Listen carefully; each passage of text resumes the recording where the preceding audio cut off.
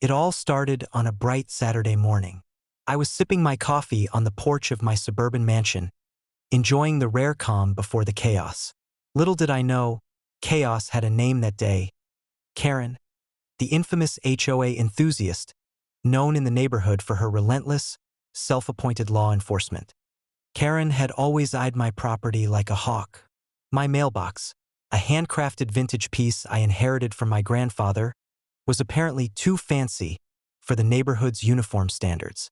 Normally, I would ignore her petty complaints. After all, I had bigger things to worry about, like judging real cases in court. Yes, I'm a judge, and not just any judge. I have a reputation that even the boldest attorneys fear. But that morning, Karen took things to a whole new level. She was speeding down the cul-de-sac in her oversized SUV, waving her arms wildly while talking on the phone with some HOA board member. I barely had time to watch in horror as she slammed straight into my mailbox, sending splinters flying like fireworks. Naturally, I confronted her. Calmly, mind you. She sputtered about negligence on my part and lack of HOA compliance. Before I could even explain that she had just committed property damage, she marched off and filed a lawsuit against me, claiming emotional distress and mailbox obstruction hazards. Couldn't believe it. I tried to settle it quietly, but Karen had her sights set on victory, or at least humiliation. She didn't know who she was dealing with. In court, when the case came before me, the air was thick with anticipation.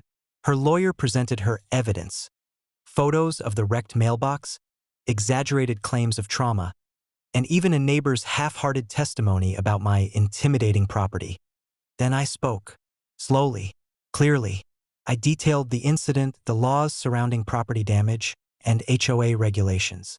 I laid out, point by point, how Karen had not only crashed into private property, but had escalated a minor accident into a frivolous lawsuit. By the time I finished, the courtroom was silent. Karen's face had turned a shade of red I didn't think was possible without the aid of a fire alarm. I ruled decisively in my favor. Karen's lawsuit was dismissed, and the court ordered her to cover the damages and my legal costs. But the best part? I added a little extra note, just for her.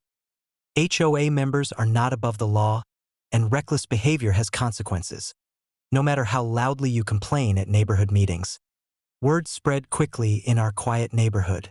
Karen, once the self-appointed sheriff of every cul-de-sac dispute, suddenly became a cautionary tale. Meanwhile, my mailbox was repaired, standing taller and prouder than ever. A symbol of justice and a reminder that sometimes karma arrives in the form of a gavel. From that day forward, every time I saw her driving past, carefully navigating around my property, I couldn't help but smirk. After all, in this little suburban battlefield, being a feared judge has its perks.